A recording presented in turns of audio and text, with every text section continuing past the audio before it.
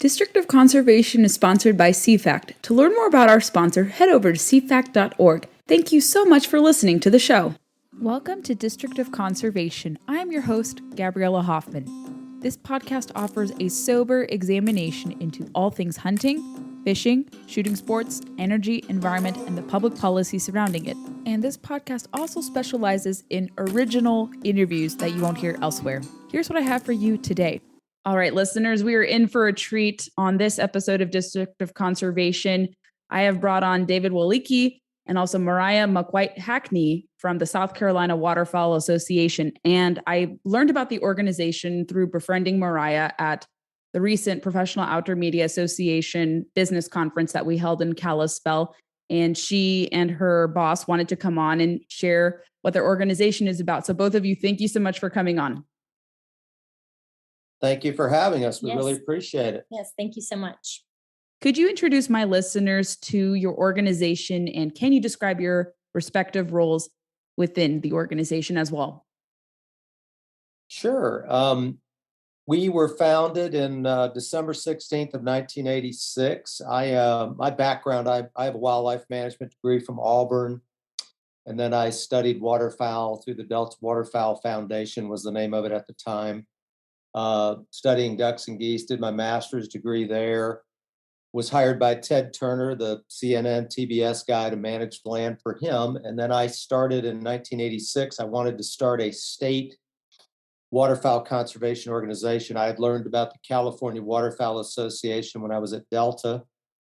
And I had a mentor named Ray Lewis who helped me start SCWA. And the whole idea and our mission is to enhance and perpetuate South Carolina's wildlife heritage through education and waterfowl and wildlife habitat conservation. So we got started in 86. I asked Ted Turner for $100,000. He said, "Dave, I'm your adopted uncle, not your daddy. I'm going to give you $10,000 and come to your banquet and we'll see what you're made of." And so he helped us get started, and we've been off and running ever since.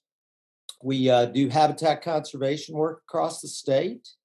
We've installed over 24,000 wood duck nest boxes. We have a large wood duck population here. It's the number one duck in the state. So we've done a lot with wood ducks. We do a lot of work developing waterfowl habitat, working with both DNR, U.S. Fish and Wildlife Service, private landowners. So we got started with that. And then I always believed if you're going to have a future for wildlife habitat, you need to have a constituency. You know, people matter more than wildlife or habitat does. You have to have people that care about those things.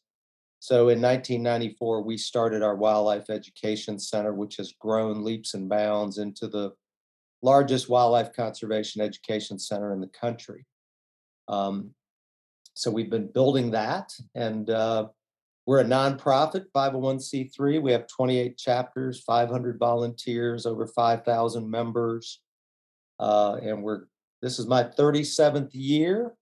I have a great wife who supports me in this, and we've just been going and growing ever since. My name is Mariah. I'm the communications director for this organization. I'm 23 years old, and August will be my first completed year with this organization. I'm the communications director, so my role primarily involves managing all the media and marketing materials that we use for the programs that we host. So sometimes I'm in the office, updating the website, creating media content, and sometimes I'm out in the field with the kids that come for some of our summer camp programs or our school year programs. Very good. I wanted to ask you guys, your organization, you said, David, models very much California's Waterfowl Association. Does your organization seek to differ from, let's say, Ducks Unlimited, Delta Waterfowl, or does it offer something entirely different and can supplement? Because I know among conservationists, sometimes people are like, oh my gosh, so many groups are being created for competition.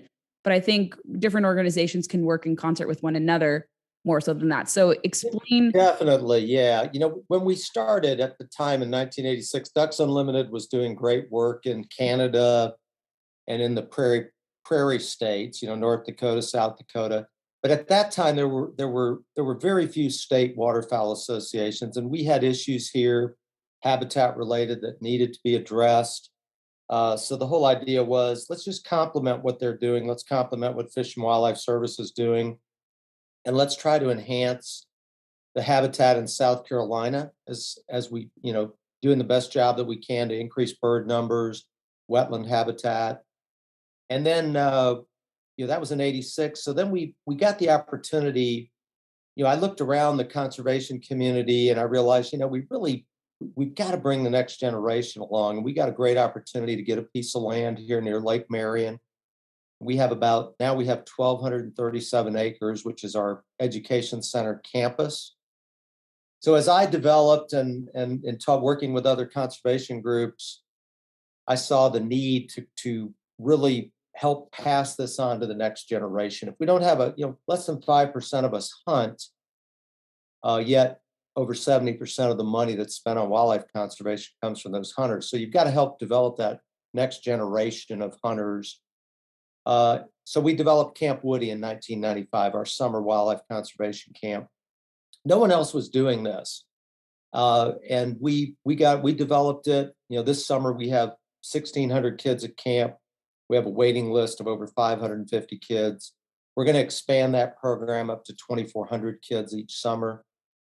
And then we started in 2012, we started a school year camp. The whole idea there was, 96% of the people, or 95% plus, who don't hunt need to understand the science behind wildlife management, forestry, land management. So we developed Camp Leopold, named after Aldo Leopold. And the idea is, let's get classes, 3rd to 7th graders in. Let's get them in the outdoors. Let's teach them about these scientific principles, that all of our land management is based on, forestry, wildlife management, fisheries. And let's help them to understand conservation, the wise use of our natural resources. And I call our school year program the Common Sense Environmentalism Program. We're the common sense folks. We believe man is part of the environment. It's our responsibility to manage our resources on a sustainable basis. And that's what conservation is all about. So we started that. That program is growing rapidly. We hope to have over 5,000 kids through the school year camp next year. And then we also go into the schools. We take snakes, turtles, live ducks. We reached over 13,000 kids in the schools during the COVID shutdowns. We reached over 8,500 this past year. And then in addition to that, we have weekend heritage events at our facility. So we want to be a parent's partner to make the outdoors part of your family heritage. I do what I do because I spent over 2,000 days hunting and fishing with my father. My kids love to hunt and fish, my daughter and son, my grandkids. I have one grandson who I can tell he's going to be a hunter and an outdoorsman and a fisherman. But that's why I do it. It's part of my family heritage. And we want to do everything we can to help other families make that part of their family heritage. So on these weekend events, we have deer hunts, dove hunts, duck hunts, parent-child shooting clinics. We have women's wilderness weekends. We have shooting clinics. We have fishing tournaments, just all kinds of activities. And then we try to educate parents on how you can get your kids into, whether it's a state-run hunt or a hunt on a national wildlife refuge, or if you want to learn how to travel to different areas to hunt or where to go fishing, just so we can facilitate that. I want kids to have the same experience I had. And I think it's so important right now. There's so few kids that get a great outdoor experience. But once you get them out there, you get them away from the phone, you pique their interest. And I believe that's what we've got to do. We have great sponsors like Bass Pro and Cabela's. We have a lot of other industries like Dominion and Duke Energy, and a lot of companies, Boeing Corporation, Volvo, other companies that support our school year program, Honda. And we have a lot of the electric cooperatives, International Paper, and a lot of private individuals that, believe in this idea of teaching kids, getting them back getting them back in touch with nature, out on the landscape, teaching them about conservation. Mariah, how has the social media reception been to the organization in the year that you've been working with the South Carolina Waterfowl Association? Is it being well received? What you guys are doing? Most definitely. When I first came into this role, I was just fresh out of college, so I was kind of learning different ways on my own from what I learned in school to kind of apply here. And most definitely, I think the programs have grown in general just from the foundation and the footwork that was already here before I came in. But I think overall, just from some new media marketing tactics that we have used, I think this organization and the programs as a whole are really going to take off. How has conservation played a role in the organization? David, you talked a little bit about it, but I want you to maybe focus in on it a bit more. How does it guide the South Carolina Waterfowl Association? Well, it's, to me, conservation is the wise use of our natural resources to provide the maximum sustainable benefits to mankind. You know, we want to get that message across. In my mind, there's too much of a preservation message that's out there. We believe that man is part of the ecosystem. We have that responsibility. We can provide clean water. We can have good fish and wildlife habitat. We can have land that can provide food and fiber. And we can manage it on a sustainable basis. It's not always easy, but that's the real world. And we want to help. We want to do that to help wildlife, to help habitat, but also to improve the quality of life for every man, woman, and child in our country. And that's the message that we believe in. And that sustainability conservation message, it's a message that all hunters and fishermen should live by. We teach that to the kids. You want to put back more than you take. And you have that responsibility. I believe it's a God-given responsibility.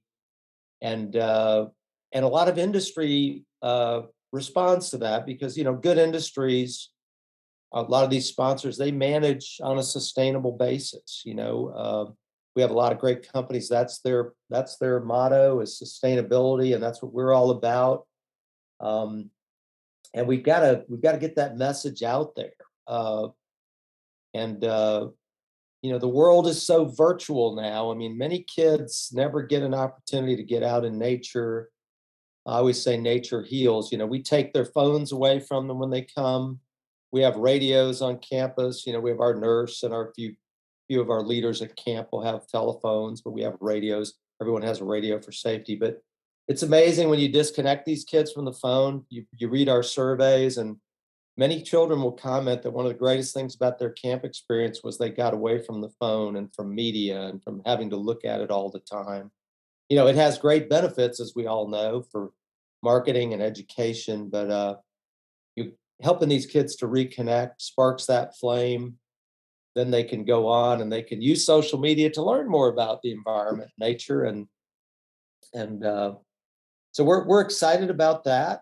We hope to build a model that can be replicated across the country, because I believe we need a couple hundred of these education centers across the U.S. and Canada, and we need to reach millions of kids in order to secure the future for wildlife.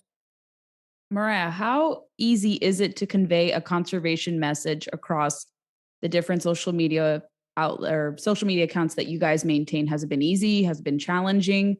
Are people receiving the programs well whenever you're talking about conservation being at the basis of them?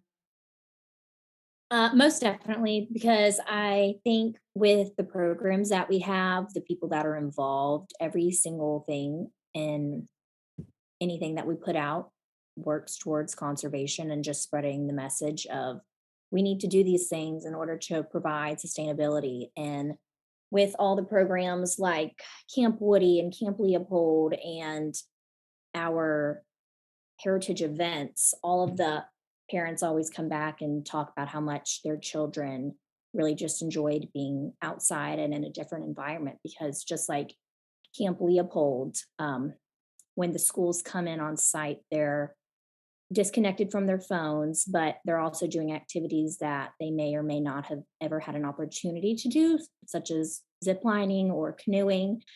They have options to come and sign up for different activities for their school, but we never force anyone to do anything. But it's really nice to see some of these kids just come out of their shell and realize what the outdoors has to offer.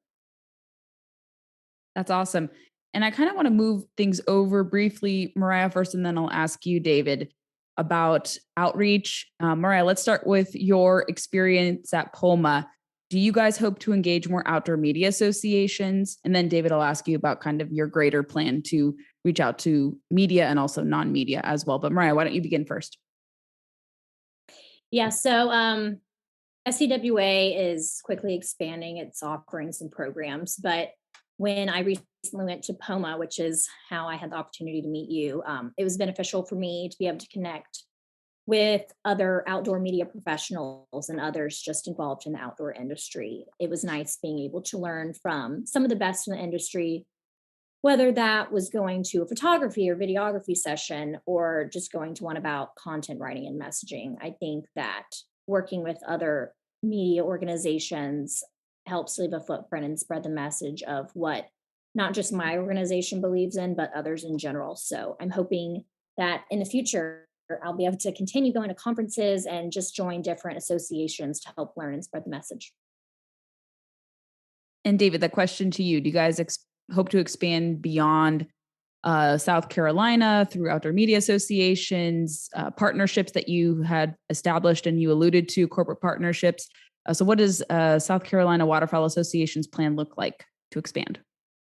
Well, we every 2 years we update our strategic plan, our master plan. So we have another 10 million in expansion we're doing at our education center to allow us to reach 2,400 kids in the summer, 15,000 in the school year. We're beefing up our in-school programs, and then we're also expanding our marketing outreach.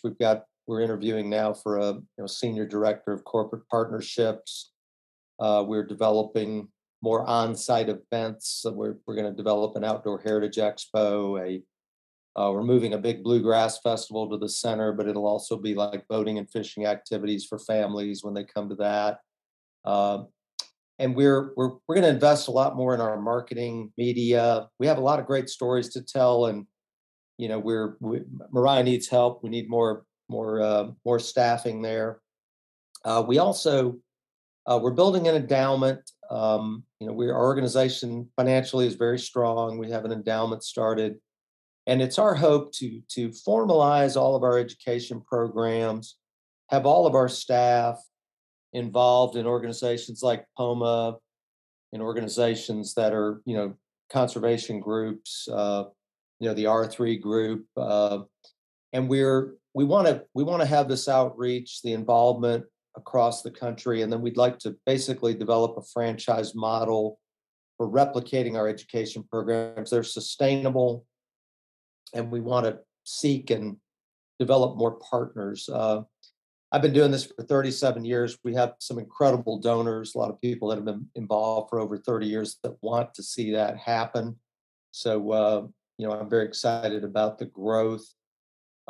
Great people like Rob Keck, who's sent his grandkids to our camp, built the Turkey Federation, worked with Bass Pro Cabela's. Rob is one of our great supporters. We have a great board of directors, a lot of sound business people. So it's exciting to me. We've reached critical mass, and now we want to formalize our programs, help other people replicate it. And, as I said, I'd love to see 50 years from now, several hundred of these facilities, more of like a YMCA type model where you can help plant camps across the country and with all of these different programs, so we can help recruit more conservationists. Is there anything else you guys want to touch upon about the organization? Anything my listeners should be aware of? Do you want visitors to come from outside South Carolina to visit? Sure. Anybody who would like a tour, that would be awesome. One of the other great programs we have, and it's also the largest in the country, we have a wildlife management apprentice program. And We bring in wildlife biologists. Even some of these kids have been campers at our camp. They go on to get a 2-year natural resource degree or wildlife management degree. Then they work with us for 2 years, and we teach them all of the farming. New Holland Tractor is a big sponsor. They provide all our tractors. We teach them farming, forest management, upland management, and then we help place them in jobs. We have 100% hiring rate, and we have partners like Paul Tudor Jones and Lewis Bacon and different large landowners who partner, and our apprentices work on our properties. They work on other properties around the country, and that's been a really neat program. If you have any listeners out there who want to get into land management, we hope to grow that up to 20 apprentices. We're going to build a new apprentice campus. And it's kind of the full circle of our education programs. You know, if you're interested, you can come to camp, and then we're going to educate you on how to make a difference on the landscape. Anything else you want to add in, Mariah, to that? I think Mr. David covered it all, actually.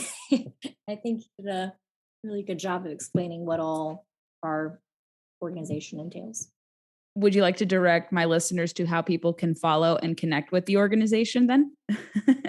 Yeah. So all of our programs can be found either on Facebook, Instagram, Snapchat, LinkedIn, or YouTube by their name. So we have Camp Woody, Camp Leopold, the Gary Dietrich Wildlife Management Apprentice Program, as well as our chapter development. If you go to our website, which is SCWA.org, you can find all of our programs listed there and some more information. Wonderful. Thank you to both of you for joining District of Conservation. I think my listeners will greatly enjoy learning about a very cool organization like yours and how it is helping to bolster waterfowl conservation in the United States. So thank you both for joining. Thank you for having us. Thanks for listening to District of Conservation. I hope you enjoyed today's episode. If you haven't already, make sure you find us on your preferred podcast player. We largely circulate on Apple, Spotify, and countless others, but those are our 2 big podcast platforms we want to push. Make sure you're subscribed there, especially on Apple. If you like the podcast a lot, go leave us some reviews. We'd be more than grateful to get some 5-star reviews from you guys. Moreover, we are on Facebook, Instagram, and Twitter, and a little bit on YouTube. We don't populate there, but connect with us on social media. Find me personally on social media with blue check marks. Super easy to find, and I would love to hear your feedback and know who you'd like to see on the podcast. Thanks for listening to District of Conservation. Stay tuned for the next episode.